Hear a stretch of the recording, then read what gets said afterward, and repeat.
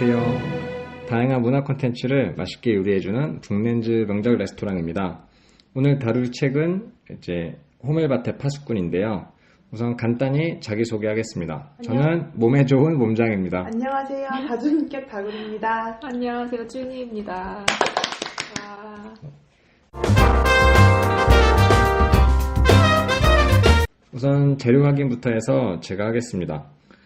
작가분은 제롬 데이비드 셀린저인데요. 1919년에 태어나셔서 2010년에 돌아가셨어요. 생각보다 오래 장수하셨는데, 물론 그 세계 2차 대전 경험도 겪고, 그 이후에 1948년에 단편으로 데뷔하셨어요. 그 단편 몇 편을 통해서 이제 작가로서 인정을 받고, 1951년에 호밀밭의 파수꾼으로 첫 장편 소설을 내셨어요. 그게 32세 때인데요. 한 1, 2년은 이렇게 큰 호응을 받지 못하다가 이제 그 이후에 대박이 나서 지금까지 꾸준히 큰 인기를 얻고 있고요. 그 이후에도 이제 단편을 더 많이 쓰셔서 스스로를 단거리 주자로 비유하기도 하셨답니다.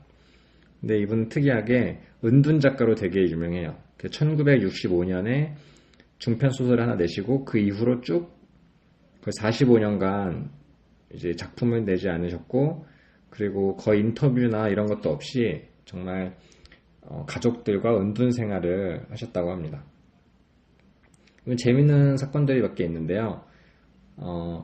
1950년에 자신의 단편 작품을 이제 영화화한 작품을 봤는데, 그 왜곡에 너무 실망해서 상업주의에 환멸을 했고, 그리고 헐리우드 사람들 다 인연을 끊었다.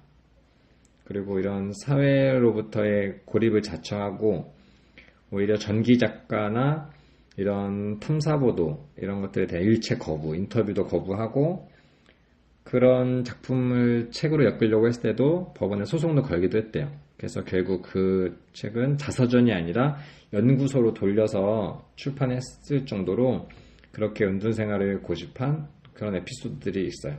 되게 주인공 홀든과 약간 느낌이 비슷한 것 같기도 합니다. 그리고 약간 배경을 살펴보면 딱 1951년 보니까 2차 세계대전이 끝나고 그 이후에 약간 보수적인 분위기, 그때 딱 출판이 되다 보니까 다들 조금 쉬쉬하는 게 있었다고 해요. 근데 이제 시간이 지나서 이의 문체나 이런 구성 자체, 그리고 젊은이들이 전쟁 이후에 되게 상실감이 크고 기존의 권위에 대한 반발심이 많은데 그거를 잘 짚어줘서 대학생이나 청년들이 굉장히 좋아했다고 합니다. 나라마다 번역도 되게 많이 됐는데요. 그 중에서 이제 소련에서도 인기 많아가지고 젊은이들이 반항의 정신으로 삼고 갖고 다녔다. 그리고 그가 정말 반대인 것 같은 미국 소년들도 거의 히피 정신을 갖고 이걸 되게 반항의 상징으로 들고 다녔다. 우리나라 민주 시위하고 이럴 때 금서도 들고 다니면 이제 나 운동권이다 이런 느낌 들듯이 그런 상징이 많이 된 책이기도 한다고 합니다. 그래서 외국에서 되게 다르게 제목이 바뀌어서 이제 번역된 것들 재밌는 거 몇 개만 살펴볼게요. 우선 일본어로 갔을 때 인생의 위험한 순간들. 마음에 안 들어요. 위험한 순간이라고 약간 되게 딱 콕 집은 느낌이 있죠. 부정적이에요. 그리고 스웨덴도 위기의 순간인데 여기는 약간 더 갑자기 좋게 나타나는 구원자. 그래서 파수꾼을 거의 예수님급으로 구원해준 느낌처럼 해서 정말 다른 느낌의 제목으로 두 개 딱 갈리고, 그리고 덴마크는 추방당한 젊은이. 너무 부정적이에요. 그렇죠. 프랑스는 마음의 파수꾼. 네덜란드는 고독한 방랑자였다가 이제 사춘기. 이렇게 다양한 제목이 있는데 하나만 고르라면 뭘 고르겠어요? 마음의 파수꾼. 쭈님은 마음의 파수꾼 하고, 저는 진짜 다 마음에 안 들어요. 꼭 골라야 되는 거죠? 우리 이 호밀밭의 파수꾼도 포함해도 되고. 그래요? 그럼 저도 호밀밭의 파수꾼이에요. 아, 진짜로? 그게 제일 낫은 거. 네, 그게 제일 나은 것 같아요. 제일 나은 것 같아? 아니면은 여러분들이 제 7의 제목을 쓴다고 생각할 때 한번 생각해보면 재밌을 것 같아요. 그럼 이따 세 번째 실습일 질문으로? 때 응. 그걸로 담으면 재밌을 것 같아요. 저는 개인적으로는 호밀밭의 파수꾼이 너무 와닿지 않잖아. 책을 읽기 전에는 읽어야 이해가 가니까 그 면에서는 약간 이 제목들이 친절하다 싶은 마음도 좀 있었어요. 그래서 재료 확인은 여기까지 하고 다음 재료 손질로 넘어가겠습니다.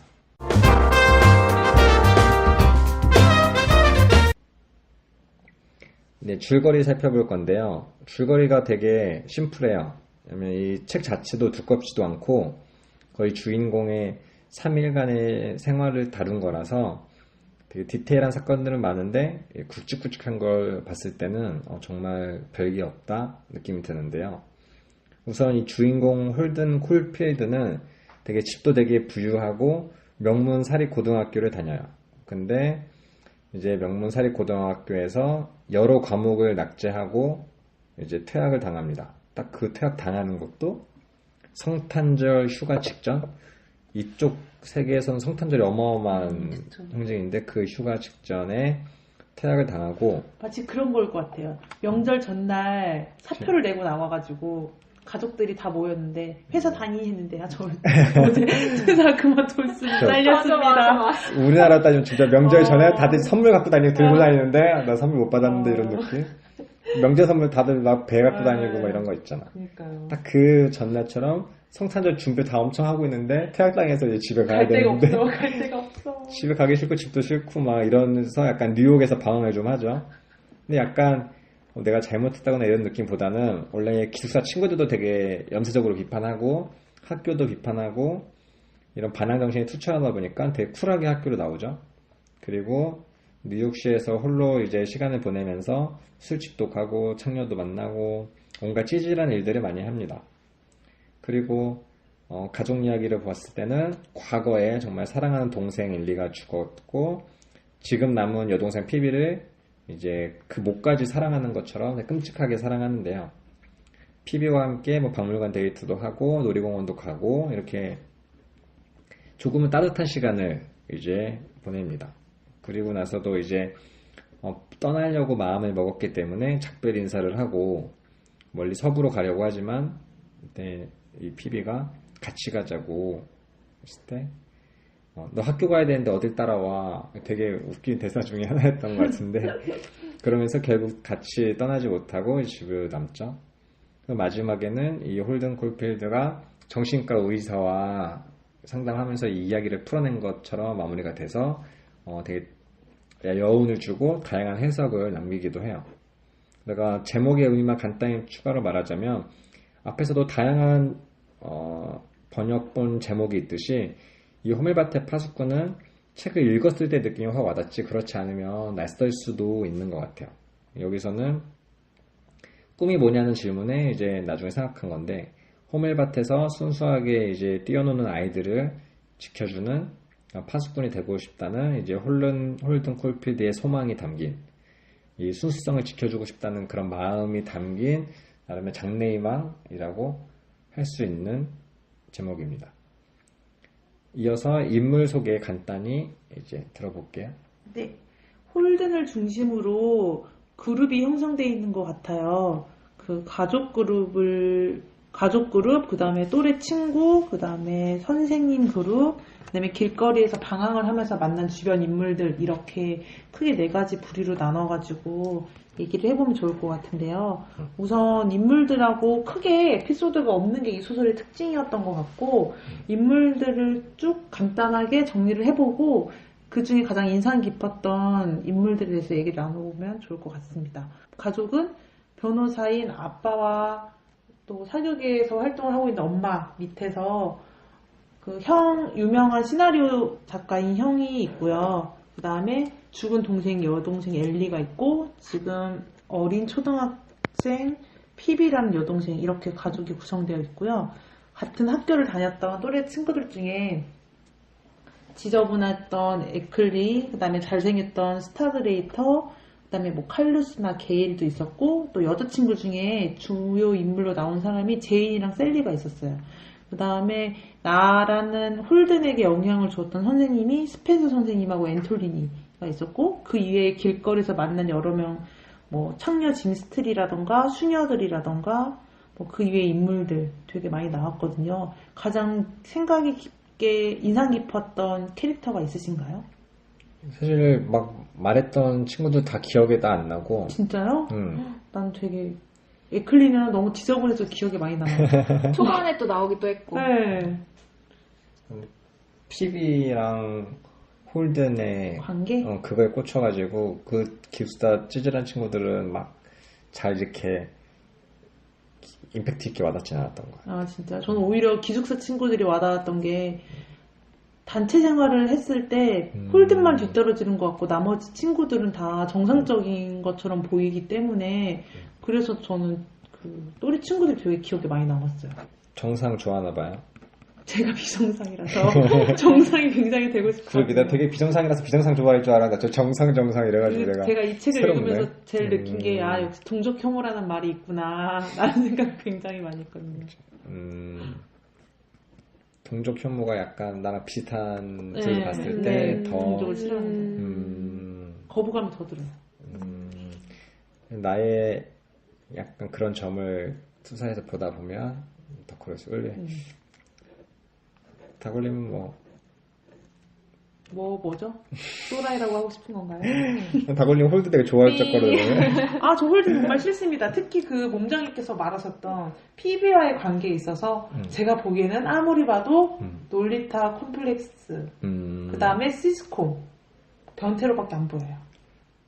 사실 나는 형제가 없어가지고 그냥 되게 이렇게 동생 있으면 이렇게 애틋할 수 있구나 라고 했는데 오히려 있는 사람이 또 싫어하잖아. 동생 그런 있는 것 같아요. 사람이. 저도 남동생이 있어서 이름 걸지 모르겠는데 아니 그 시나리오 작가고 할리우드에서 되게 잘 나가는 형은 속물이라고 싫어하면서 왜 그 어린 여동생은 너무나 순수하고 걔한테는 위로를 받으려고 하고 걔만 생각이 나고 이러는지 하여튼 뭐 그렇더라고요. 쭈님은? 저는 그 머리 쓰다듬었던 그 교수. 교수. 변태인지 아닌지 모르는. 그 끝까지 의문으로 남아가지고. 맞아요. 앤톨리니 교수님이 그래도 되게 직접적인 말도 많이 해주고 생각의 크기를 키워봐라 이런 좋은 말도 해줬는데 그리고 그 장면이 너무 이상했어요. 나갈 때 도망칠 때 넌 정말 이상한 아이야. 그거를 계속 얘기하잖아요. 한 3번 정도? 그 뭐지? 좀 약간 분위기가 이상한데. 그치, 이상한 약간 아메리칸 뷰티 막 이런 느낌이랑 호러 같기도 하고 막. 상상에 빠진 건가? 막 이런 생각 들기도 하네. 이상한 약간 학생들 중에 약간 이상한 학생이냐 아니면 연인 중에 약간 이상하냐 왠지 모르지만 네가 끌려 막 아니면 진짜 그냥 단순히 그 홀든이 진짜 이상한 애라서 교수를 네. 이상하게 보고서 이렇게 도망간 거라서 교수가 넌 약간 정신적으로 문제 있는 애야. 이걸 돌려서 그냥 넌 이상한 사실 애야. 마지막에 정신과 의사한테 상담받는 화석이라서 그거를 이제 어떻게 보면 지지해주는 것 같기도 해. 내가 되게 책을 보고 이렇게 약간 멋있는 문장을 발췌하고 봤을 때는 거의 죽은 시인의 사이 느낌인 거야. 그 교수가요? 그러니까 해주는 멘트들만 봤을 때 죽은 시인의 사이처럼 되게 멘토 같은 말 되게 멋있는 거 많이 해주는데 이 책의 느낌은 정말 다르잖아. 보니까 좋은 말을 해준 사람들은 많이 있더라고. 근데 이 홀든이 받아들였을 때는 약간 띠껍게 받아들이니까 죽은 시인의 사회의 그 아름다운 느낌과 여기서의 약간 이 삐끗한 느낌이 다르구나 봤던 것 같아. 그 인물은 여기까지 하고 다음 실제 요리 여기서 우리 감상을 한번 나눠보도록 하겠습니다. 전체적으로 작품 어떻게 보셨나요? 다굴님은? 저는 너무 재미가 없었어요, 사실. 너무 유명한 제목이고 성장기 그 소설로 되게 유명하잖아요. 이거랑 데미안하고 수레바퀴 밑에서 이렇게 거의 3종 세트로 엮여지는데 기대를 많이 하고 봤는데 너무 재미가 없어가지고 5점 만점에 몇 점?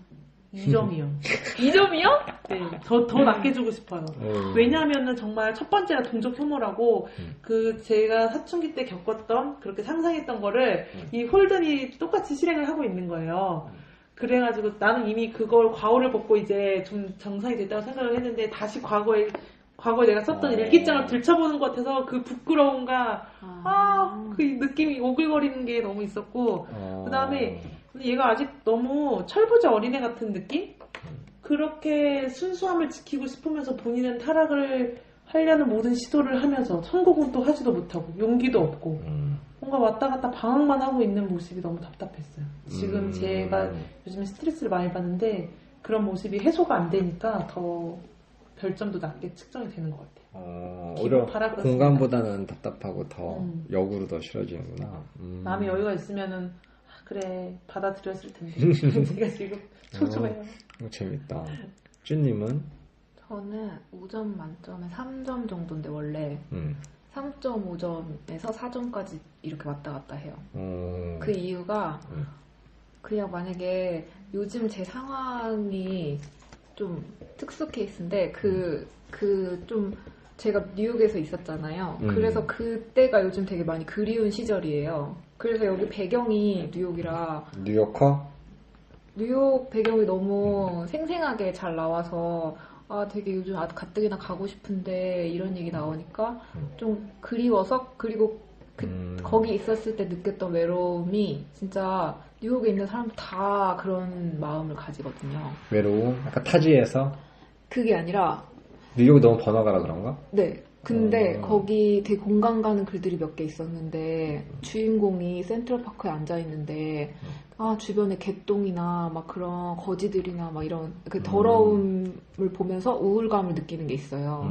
근데 거기 살면 정말 너무 화려하고 좋긴 좋은데 그 뒷면에 너무 더럽고 너무 지저분하고 그리고 다들 느끼는 건데 혼자예요 다. 거의 대부분 뉴욕에 있는 사람들이 타지에서 온 사람들이 많아요. 그리고 특히나 미국이란 나라 자체가 해외에서 그렇게 간 이주민들도 많거든요. 그러니까 좀 화려한 도시에 그렇게 어두운 면이 더 있다 공존하다 보니까 외로움이 배가 된다 그럴까? 약간 그런 게 있거든요. 군중 속의 고독 이런 느낌이다. 네, 그리고 관광객들 보면은 되게 화려하고 재밌는 걸 좋아하고 막 이러는데 거기에서 진짜 사는 사람들은 그런 걸 보면서 더 외로움을 느낀다고 해야 되나? 그런 게 있어서 그런 것 때문에 공감이 가서 한 0.5에서 1점이 올라간 거고 원래 3점이라고 느꼈던 거는 수레바퀴 아래에서나 데미안을 제가 진짜 좋아해서 거의 그러니까. 5점 정도 주거든요. 막 인생책처럼. 근데 그거에 비해서는 뭔가 좀 밋밋했어요.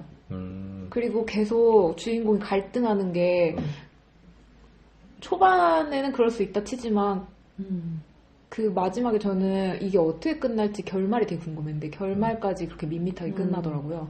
그래서 되게 지루했어요. 유명한 건 왜 그런지는 알 것 같았는데 왜냐면 뭐 그 나이 또래에 겪는 그런 일탈감과 방황감을 알 것 같기도 해서 이런 것 때문에 좋아하는 사람이 진짜 좋아하겠다라고 생각을 했는데 저는 그렇게 데미안이 훨씬 더 좋았어요. 저 비슷한 느낌이에요. 불평불만만 하는 것 같은 캐릭터가 마음에 안 들었어요. 사실 뭐 깊은 울림을 주는 그런 느낌은 아니고 사실 3일 만에 성장해봤자 월요일이랑 수요일은 얼마나 다르겠어요. 그런 과정에서는 여기서 단계적으로 뭔가 밟아가는 느낌이 드러나지 않는 면에서는 답답함을 느낄 수도 있는 것 같아요. 저는 개인적으로는 이런 말투나 이런 드립 치는 거 되게 좋아해가지고 재밌게 그리고 사실 이렇게 막 뭐 방하거나 이렇게 연쇄적인 적은 별로 없어서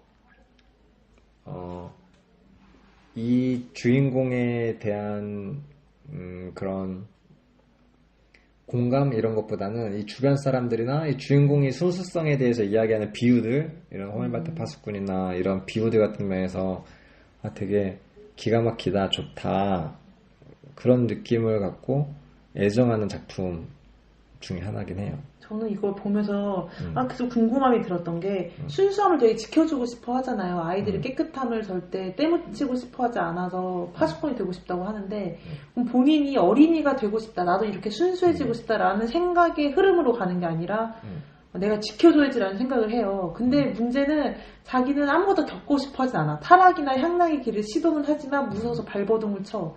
그러면서 본인도 세상을 진실로 또 깊숙하게 맛을 본 것도 아니면서 난 지켜주기만 할래. 쟤네들 내가 감싸 안을 거야. 라고 하는 거는 내가 완전히 강인해진 상태가 되어서 지켜줄 수 있는 건데 그러지 못하고 계속 뱅뱅거리는 게 그 피터팬 증후군? 어른이 되기를 거부하는 그런 사람들? 어른으로 가기도 싫고 그렇다고 완전 아이가 동화되기는 무섭고 그 안에서 뭔가 우월감이라고 하는 건 아니겠지만 역할을 또 하고 싶어하고 그런 생각이 드는 거예요. 갑자기 피터팬 증후군에 걸린 우쿠님이 생각나네요. 우크님이 그런가요? 네. 추억입니다. 한번 뵙고 싶어라. 저는 사실 실천을 못 하잖아요. 홀든이 자연스럽게 인상 깊었던 장면 나누고 있는데 실천은 못 하는데 우리가 그런 것들 있잖아.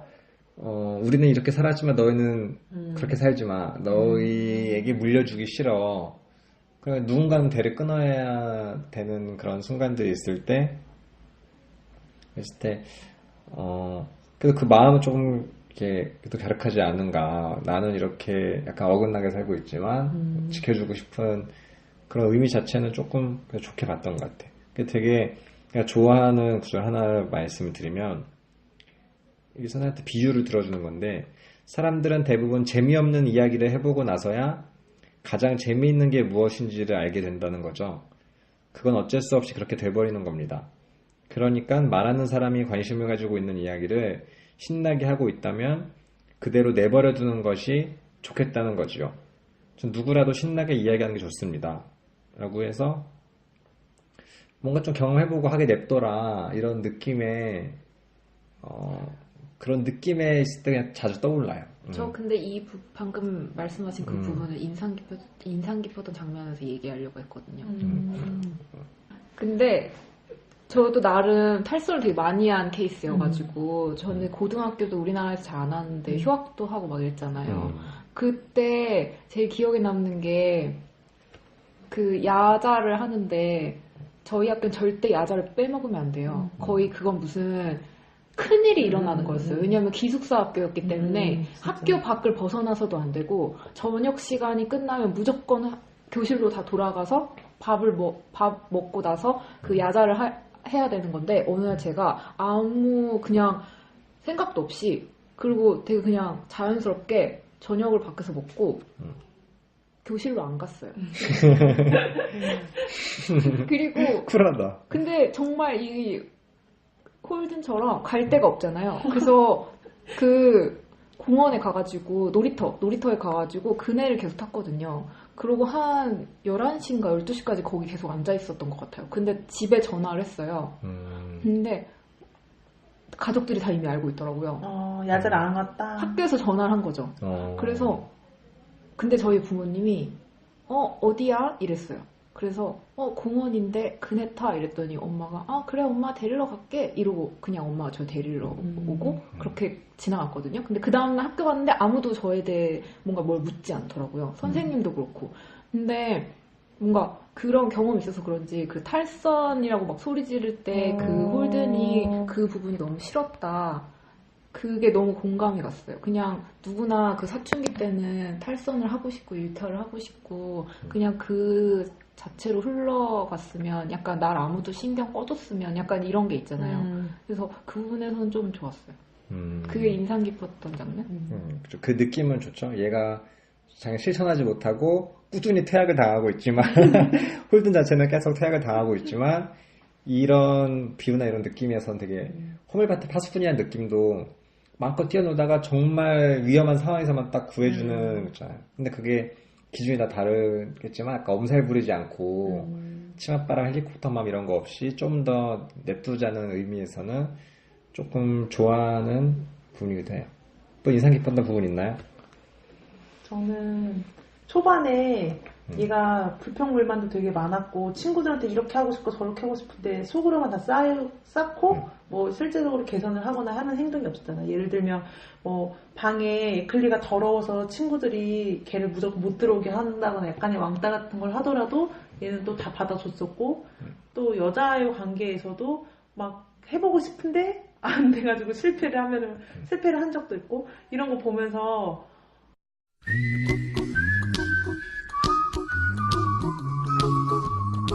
거의 맥락은 거의 같으니까 뭐 좀 더 이어서 말하면 근데 고민이 되는 부분이 있어요. 어디까지를 이제 파수꾼이 그거를 이제 나서야 되느냐. 근데 지금 이제 직장 동료가 어마어마하게 편식을 해요. 이렇게 편식하는 사람 처음 봤어. 나이 30이 넘었는데 그래서 초록색이 들어간 건 다 안 먹어요. 기본적으로 만두도 안 먹고 볶음밥도 안 먹어.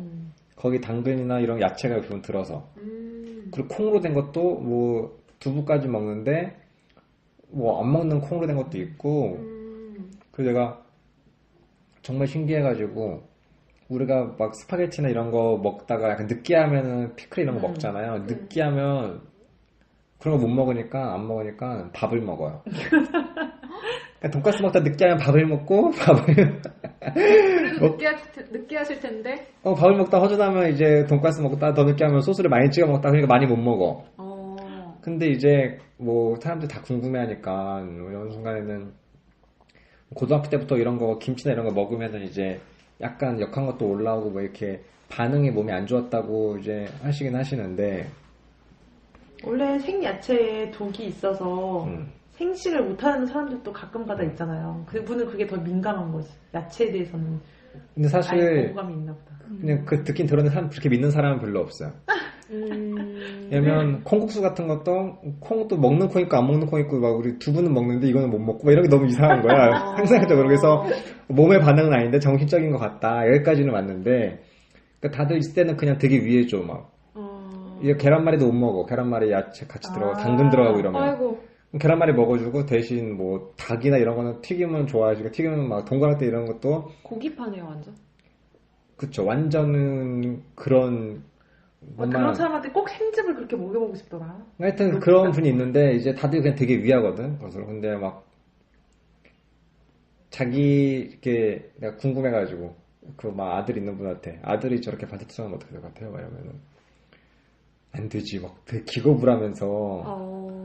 그러니까 여기서도 홀든이 나는 서부로 떠날 거야. 그랬을 때 피비가 따라갈래 했을 때 너 학교 가야지. 학교 늦으면 이런 느낌처럼. 나는 뭔가 막 되게 이렇게 프리하게 네가 시간 하고 싶은 거 다 했으면 좋겠어라고 했다가 그게 어느 순간에 그 교정의 순간을 놓치고 나면 돌이킬 수 없을 때가 되기도 하니까 그걸 어느 지점으로 잡아야 될지 어디까지 기다려줘야 될지가 너무 어렵더라고. 개인적으로 나는 막 그런 내가 걸음걸이가 되게 삐꾸였다가 너 걸음걸이 이상하게 걸으라고 해서 그 어느 순간 알구나 제대로 걸었는데 그래도 지금 다리가 약간 휜 거랑 어느 순간 친구가 아무렇지 않게 너 왜 웃을 때 한쪽으로 웃냐? 나는 몰랐는데 그렇게 내가 썩소를 계속 하고 있던 거였어. 나도 모르게 TV도 많이 썩소가 유행할 때 따라하고 이러다가 어느 순간 내가 계속 한쪽으로 웃는데 다들 그냥 그렇게 생기나 보다라고 신경 안 썼다가 한 친구가 너 왜 한쪽으로 웃어? 뭐 이렇게 했다가 그런 것도 있잖아요. 너 어깨 오른쪽이 높아? 몰랐는데? 라고 하면은 그런 것들에 나는 조금 말 잘 듣는 편이라서 난 되게 좋아하는데 누군 또 되게 싫어하고 이래서 그 조절하기가 되게 어려운데 여기서도 네 번째 퇴학했을 때 중간 한번 이제 그걸 말렸어 어떻게 자리 잡게 해주는 게 나았나 아니면 냅두면은 5번 6번 퇴학하고 뒤에 또 정신과 우울증 치료를 받는데 그것까지도 기다려줘서 자리 잡기까지 해야 되냐 그게 너무 어렵다는 생각도 해봤어요.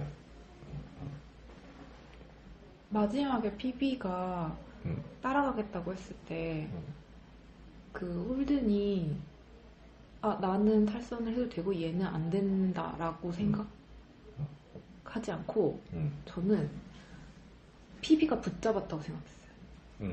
그래서 그냥 탈선 안 하고 결국에는 홀든이 정신과로 가서 그냥 평범하게 계속 산 것 같은 느낌? 결국은 약간은 자기도 이제 가기 싫은 마음이 있는데 피비한테 잡혀준 느낌이에요. 네, 맞아요. 나는 왜 피비랑 같이 안 떠났을까? 넓은 서부에 있는 홍일밭에 가서 피비를 지켜주면서 둘이 같이 살았으면 행복할 수도 있는데 그렇게 안 했을 때는 홀든이 철이 이제 좀 든 건가? 저 피비가 선을 넘지 않게 그 파수꾼 역할을 한 것 같아요. 아, 역으로? 파수꾼이 PB였어. 대반전이다. 약간 네. 자기가 대단하다. 제일 사랑하는 피비가 탈선을 한다고 생각하니까 그때서야 정신 확 차리고 벼랑으로 떨어지지 않게 잡아준 것 같은 느낌? 그 되게 약간 우리가 막 기본적으로 유기체는 어느 정도의 더러운 거나 이런 걸 같이 살아야 된단 말이 있잖아요. 그런 면에서 얘는 되게 이루어지지도 않은 순수성을 계속 강조하잖아. 막 되게 뭐 얘가 더러운 낙서 볼까봐 막 애써 주려고 그러고 해전목마의 추억에서 막 그런 그게 거. 다 파수꾼 아니었어요? 그게 되고 싶다고 했는데 결국 그렇게 된 거죠. 근데 그거를 이제 자기가 그거를 근데 언제까지 해줄 순 없잖아. 평생 막. 그쵸. 이제 안녕하세요 보면은 막 나이 계속 여자도 나이 계속 차는데 오빠가 계속 아 맞아요. 그런 거 가끔 오빠나 보고, 아버지가. 그런 것도 보고 이러면 어디까지 저 이어져야 되나 막 근데 또 막상 뭐라고 하면 삐지잖아 그분들. 근데 사랑하는 건데 이렇게 되기도 하고 그래서 그런 관계에 대한 생각을 좀 많이 해봤던 것 같습니다. 아까 다굴님이 질문 하나 던져주신 게 있는데 또 다른 제목으로 한다면 했을 때 떠오르는 거 있어요? 저는 음. 피리 부는 파수꾼이요. 피리 부는 파수꾼?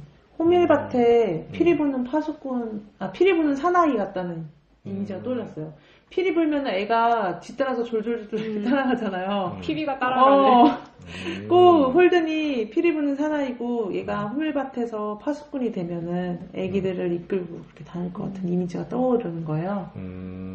희한한 게 파수꾼인데 지키는 게 아니라 애들을 데리고 어디로 돌아다닐 것 같은 느낌이에요. 얘가 정체성이 있으면 확립이 안 돼서. 재밌네. 피리 부는 사나이. 하시고 몸장님은요? 거의 유괴범 같은데. 유기범. 저는 사실 파수꾼이라 그러면 되게 지켜줄 것 같은데 사실 지키지도 못하고 그거보다는 약간 되게 순수성에 대한 갈망을 되게 좋게 봐서 회전목마? 네? 왜요? 회전목마가 어렸을 때 어릴 때 타는 거니까. 놀이공원은 나이 들면 저거 왜 타라고 하지만 한번 탔던 경험은 있고 그 무한으로 돌잖아요. 약간 그 느낌이 그 제자리에서 계속 이제 돌면서 더 이상의 뭐 발전이나 성장 이런 거 없이 그냥 그런 느낌이 있어서 그냥 이미지로 봤을 때 회전목마도 많이 떠오르고 이래서 제목을 한다면 회전목마라는 느낌도.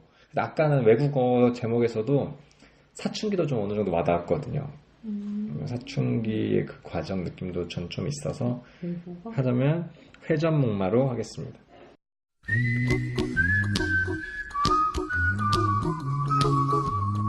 제가 준비한 질문이 있어요. 우리가 홀든의 찌질한 장면들을 많이 봤잖아요.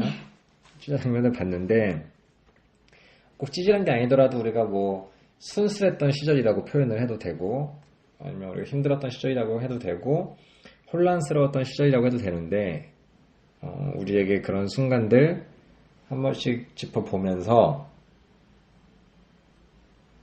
사춘기에 대해서 얘기를 해볼까요? 네. 몸장님은 어떤 사춘기를 보냈어요? 저는 중학교 때 포트리스에 빠졌었어요. 포트리스 랭킹하에 들었어요. 포트리스가 뭐예요? 대포 쏘는 게임이요. 그때 정말 거의 서버가 이제 서버 꽉 차서 들어갈 수 없을 정도로 인기 많았던 그거고 그때는 인터넷도 유료였는데 막 한 달에 20만 원씩 우리 집에 통화가 안 됐어. 모뎀으로 게임을 하니까.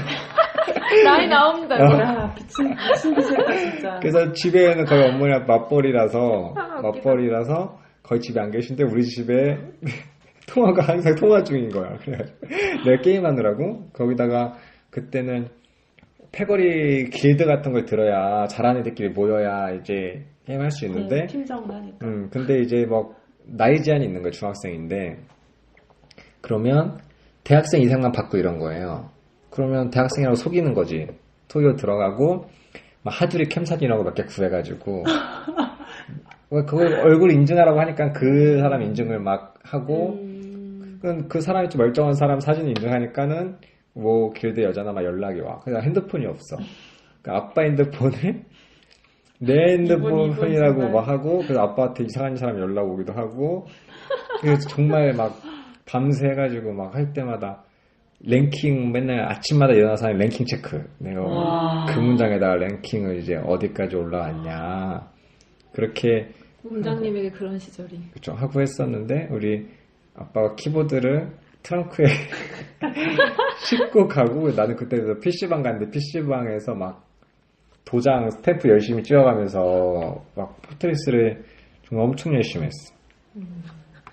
그래서 어쩔 수가 없어요. 저도 고등학교 2학년 때 게임에 미친 듯이 빠져가지고 아, 진짜요? 네, 엄마가 키보드를 들고 출근했어요. 우리 아빠랑 똑같네. 그리고 키보드 퇴근하고 오면은 꽂아놔요. 왜냐면 저녁에 학교 갔다 와서 인강 보라고. 그리고 아침에 또 다시 갖고 가. 왜 키보드예요? 마우스는 안 돼요? 아, 모르겠어. 그때는 엄마가 키보드를 갖고 왔던 것 같아요. 기억에. 그래서 내가 그 가방을 엄마가 키보드 넣고 다니면서 너무 웃기다고 생각했어. 속으로 나도. 아, 웃긴다. 그리고 중학교 때 그렇게 게임하다가 어느 순간 게임을 이제 안 했어. 게임 안 해서 고등학교 때 내가 되게 성적으로 되게 늦게 성적으로 친구들에 비해 되게 늦게 막 야한 얘기 하면 못 알아듣는 거야. 나는 포트리스트 하느라고. 그러다가 이제 고등학교 때 늦게 눈을 떴는데 늦게 뜨면은 이제 약간 이렇게 팍 이게 쌓였던 게 팍 터지잖아요. 근데 친구 하나가 P2P 아이디를 공유했었는데 P2P 아이디를 이제 공유하니까 자료가 엄청 많잖아요. 그래서 막 공부하다가 졸리면은 잠깐 야동 보고 정신 바짝 차린 다음에 공부하고 그러다가 고등학교 때도 막 공부는 열심히 했으니까 그러다가 이제 밤에 야동을 보고 싶은데 볼 시간이 없는 거예요. 그래서 누워서 잠자기 전에 야동을 틀어놓고 이렇게 약간 안 들켰어요, 부모님한테. 그러니까 너무 막 일본 야동 같은 거 너무 그런 거 말고 난 스토리 있는 거 좋아해가지고 영어 같은 거 틀어놓고 보다 자고 이랬어. 근데 이게 한두 시간 지나면 꺼지니까 화면 보고 돌고 이래서 괜찮았는데 주무시다가 물 먹으러 잠깐 거실에 왔다가 뭐야 소리가 들리느라고 왔는데 애는 자고 있고. 근데 애는 누워서 자고 있는데 영상은 돌아가고 있는데 안 돼. 영상이 야한 거야. 근데 다행히도 그게 막 대놓고 야동보다는 약간 살짝 시간 같은 거 있잖아요. 약간 싶고 그래서 영화인데 자꾸 영화인데 그렇습니다. 이렇게 해서 넘어가는데 뭐 다 아시겠지 지금 생각하면 때가 있습니다. 준님은? 저도 사춘기가 되게 늦게 와가지고 저도 고등학교 때 왔어요. 그래서 저는 아까도 얘기했지만 뭐 고2 2학기부터 고2 2학기 때 2학기 들어갈 때 그때 휴학을 해가지고 부모님 깜짝 놀라고 막 별로 이유도 없었고 친구들도 너무 깜짝 놀래가지고 왜 휴학을 해? 그때 저희 나라에서는 고등학교 휴학이 없잖아요. 진짜. 그러니까 처음 봤어요. 네, 그래서 부모님도 놀라고 주변 사람도 다 놀라고 친구들도 심지어 놀라고 그래가지고 그냥 휴학하고 1년 동안 쉬는 동안에 영화 보고 막 책 읽고 막 놀고 그러고 다시 들어갔거든요. 똑같은 학교. 그래가지고 선생님도 쟨 뭐지? 이러고 1년 동안 어딜 갔다 온 걸까? 이러고 제 친구들은 3학년에 올라가 있고 신기하다. 그래서 거의 그냥 일진데 1년 꿀듯이. 그래서 문제 있는 것도 아니었는데 그래서 들어갔을 때 문제 있는 애인 줄 알았어요. 친구들이.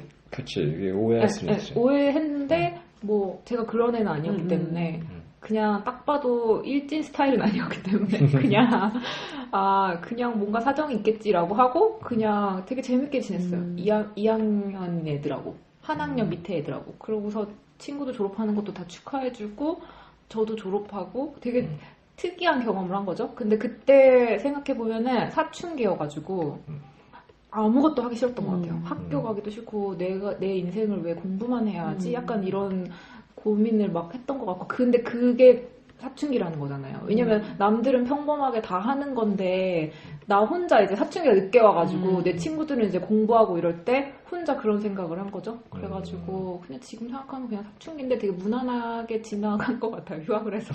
휴학 안 했으면 더 방황했을 것 같아요. 그렇게 맨날 수업 빼먹고 막 이랬을 것 같고 진짜 탈선을 했을 것 같고 네, 그런 우려 가정에서 자연스럽게 나오는 사람도 있고 이제 어떤 진통을 겪고 나오는 사람도 있고 뭐 근데 저 같은 경우는 아빠가 되게 엄해가지고 뭐 이렇게 맞기도 하고 그런데 지금 사실 좀 고맙거든요.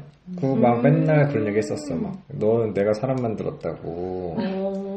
그래가지고 그런 면에서는 아까 말한 뭐 걸음걸이부터 젓가락질도 중학교까지 젓가락질 잘 못했는데 막 했는데 군대 가서 좋아하는 중대장님이 매번 젓가락질 막 확인했어요. 그냥 집어봐 이렇게 집어봐 막 이러고 운전하는 거 내가 싫어하고 막 겁도 많고 이러니까는 순찰 가면은 자기 차인데도 한번 나보고 운전해보라고 그런 기회 줬어가지고 기회를 주는 사람. 그래서 그때는 약간 내 친구들이 주변에서 막 했을 때는 동기들이 밥 먹는데 왜 그래 막 그러니까 원장님이 성격이 좋은 거 아니야? 저는 더 그럴 때 옆에서 그런 사람 있으면은 오히려 저는 발광하는 스타일이거든요. 저도 희한하게 그런 거 보면은 운전을 무서워하니까 기회를 준다고도 생각을 할 수 있는데 난 오히려 그럼 너 운전 무서워하니까 하지마 내가 할게라고 하는 스타일이거든요. 나도 되게 그래서 되게 어려운 거예요. 그래가지고 이렇게 나 같은 사람은 오 진짜 짱 고맙다 막 이렇게 하는 사람이 있고 아까 그 밥 편식하는 사람에서도 나는 되게 책도 그렇고 좀 골고루 하는 걸 좋아하니까 그럼 막 고쳐주고 싶어요? 원장님 그런 거. 그치 내가 맨 처음에 약간 이제 저 완전 싫어하는 스타일이에요. 제가 완전 싫어하는 그래서 스타일. 지금은 안 하고 있는데 생각은 들지. 게다가 막 하면 될 텐데 이런. 그냥 툭툭 던지긴 하지. 이거 한번 먹어. 이거 맛있는데 짱 맛있는데 좀 이러면 그런 사람 멀리해요. 그러다가 나도 어느 순간은 그냥 그래도 사실 거의 다 성인인데 뭐 냅둬야 되나 했다가 근데 그분도 자기 자식을 이제 가지고 교육해서 이러다 보니까 그러면 유치원 때 항상 하는 게 막 밥 골고루 먹으라부터 시작을 해가지고 하는데 그럼 또 어떻게 해야 될까 뭐 이런 생각들이 혼자서 하지. 아직은 많이 안 친해가지고 냅두는데 그런 고민도 혼자 해요. 난 기분 판단이니까 그때마다 달라요. 그때 기분이 좋으면은 내가 해줄게 이러고 그때 기분 나쁘면은 네가 해. 니도 배워야지 막 이러고.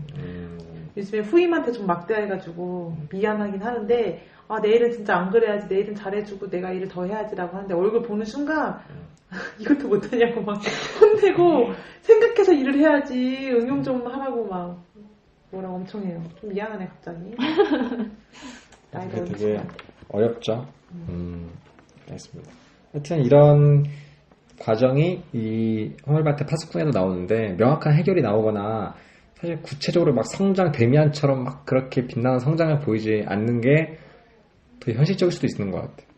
그러니까 우리도 막 사실 게임하듯이 레벨이 경험치가 올라가서 딱 빛을 보는 게 쉽지 않으니까 오히려 뭐 이 허물밭의 파수꾼의 주인공이 차근차근 성장해가는 이야기다 이렇게 보는 것도 또 안 맞는 것 같기도 하고 계속 찌질하다가 정신병원에 간 사람의 약간 넋두리다 이렇게 보는 것도 좀 아쉬운 것 같고 그냥 스스로의 이제 순수성이나 사춘기의 과거에 대해 생각해 보면서 읽으면 좋을 것 같습니다. 다음 마지막으로 맛대맛 시간을 이제 가져볼 건데요.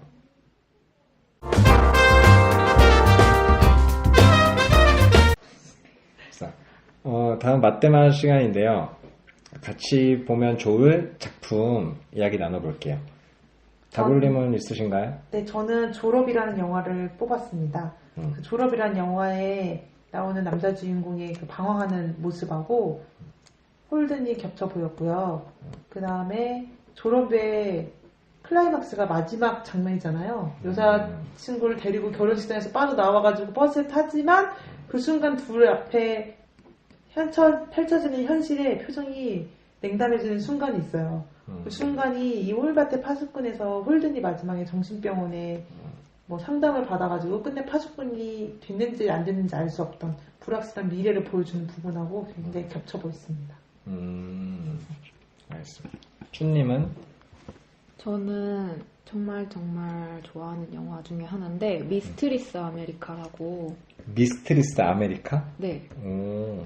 있는데 이거는 여자 버전의 호밀밭의 파수꾼 의 내용이에요. 근데 그건 좋아하고 유책은 왜 싫어하지?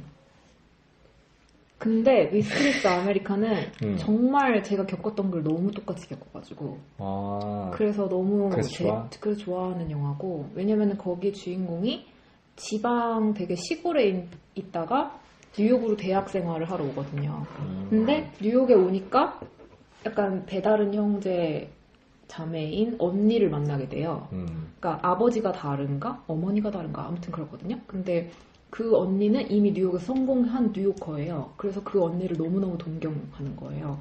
근데 그 언니의 삶이 이렇게 그 언니를 동경하니까 맨날 따라다니다 보니까 너무 형편없는 거예요, 사실은. 너무 외롭고 자기보다 외롭고 더 형편없는 삶을 사는 언니인데 약간 그런 걸 보면서 자기도 성장하는 그런 거거든요. 그러니까 대학교 새내기의 사춘기라고 해야 될까? 그리고 외딴 곳에 떨어진 그런 외로움이 나타나는 그런 영화고 배경도 뉴욕이에요, 심지어. 그리고 이 영화의 감독이 노아 바움백이라고 제가 좋아하는데 그 감독이 이런 스타일의 영화만 만들어요.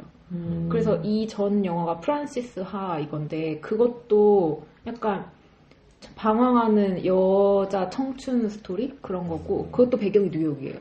그리고 위아 영인가 그 영화도 있는데 그것도 약간 비슷한 스토리고 그 감독이 좋아하는 주제예요. 그 주제 자체가. 근데 호밀밭의 파스쿤이랑 굉장히 비슷하죠. 배경도 똑같고 방황하는 것도 똑같고 외로움도 느끼고 약간 동경하는 대상도 있고 약간 왜냐면 홀드는 순수를 동경하고 순수성을 동경하고 이 여자는 또 이렇게 화려한 뉴요커의 삶을 동경하고 약간 그런 것도 있어서 그렇네.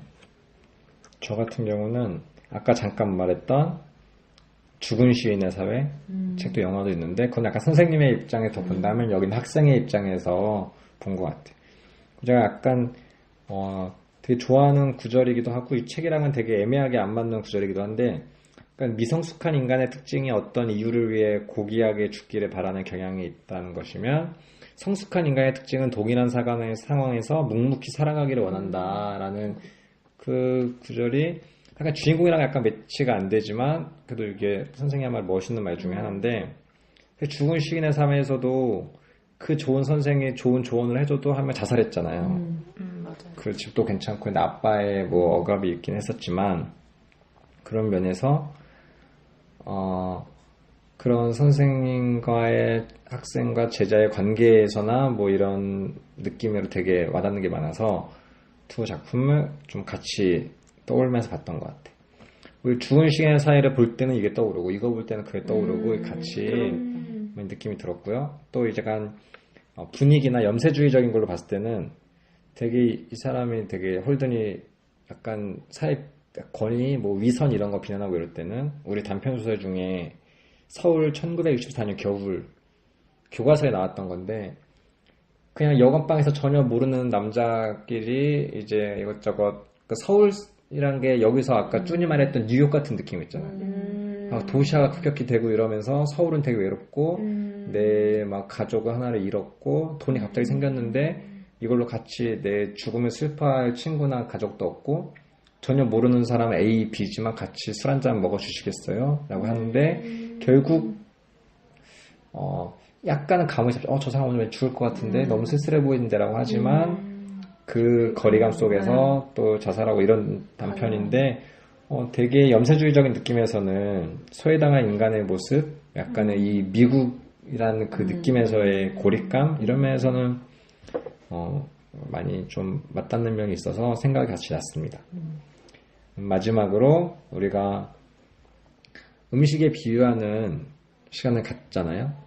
한 개씩 이제 어떤 음식과 그 이유에 대해서 나눠보고 정리를 할게요. 저는 공갈빵이요. 그러니까 안에 가운데 빈 거? 예, 겉보기에 엄청 크고 빵빵하고 진짜 주먹보다 더 커요. 그런 빵인데 한 입 베어 먹는 순간 안에 아무것도 없어요. 이 책이 저에게 그런 느낌이었어요. 굉장히 기대를 많이 하고 괜찮을 거라는 생각을 그럴 수 하고 있겠다. 딱 읽는데 결론까지도 너무 마음이 허무했고 허전했고 또 이 홀든의 이 스토리 자체도 뭔가를 되게 지키고 싶어 했으나 결국에는 뭔가 이루어지지 않는 걸로 저는 해석을 했기 때문에 허무함이 많이 느껴지더라고요. 약간 내 가운데서 느끼는 건 되게 비슷한 사람인데 아까 저는 되게 상황이 비슷해서 되게 좋았다고 아까 말한 영화가 있었고 되게 좀 비슷해가지고 짜증났다는 사람도 있고 해서 되게 이것도 재밌다. 다음 쭈님은? 저는 고민을 굉장히 많이 했는데 비슷한 음식은 찾을 수 없었고 그나마 이제 연관성을 찾자면은 그냥 비유하는 거지. 김밥 땡땡 음식들. 왜냐면 제가 사춘기 때 제일 많이 먹었던 데거든요. 그래서 저는 그리고 자취를 했어서 거의 거기서 삼시세끼를 해결했어요. 그래서 저는 김밥 땡땡 음식을 지금도 잘 안 먹어요. 왜냐면 너무 질리도록 먹어가지고. 그리고 제가 한참 방황할 때 제일 많이 먹었던 음식이니까. 맞아. 쳐다보기 싫은 그런 게 있어. 방학 술 먹는 게 아니라 방황할 때 김밥 처먹고 가지고 김밥을 먹으면서 방황을. 그것도 제 한참 클 나이. 방황할 때 막 맛있는 거 엄청 많을 나이인데 그때 제일 많이 먹었던 게 김밥 땡땡이라. 그래서 김밥 땡땡 음식들은 저에게 크다. 저는 우선 햄버거를 좋아하고 치킨버거를 되게 좋아하는데 그래서 KFC를 좋아해요.